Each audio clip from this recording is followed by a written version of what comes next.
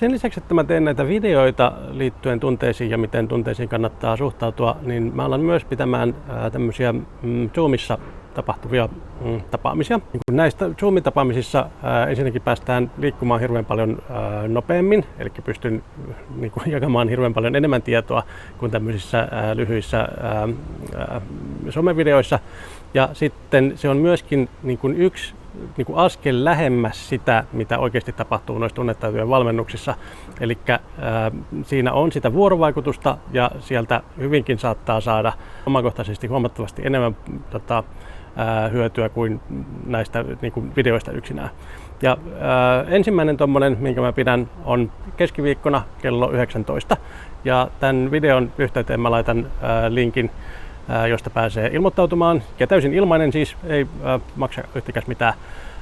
Tunnin kestää ja näin, käypä ilmoittautumassa. Moikka!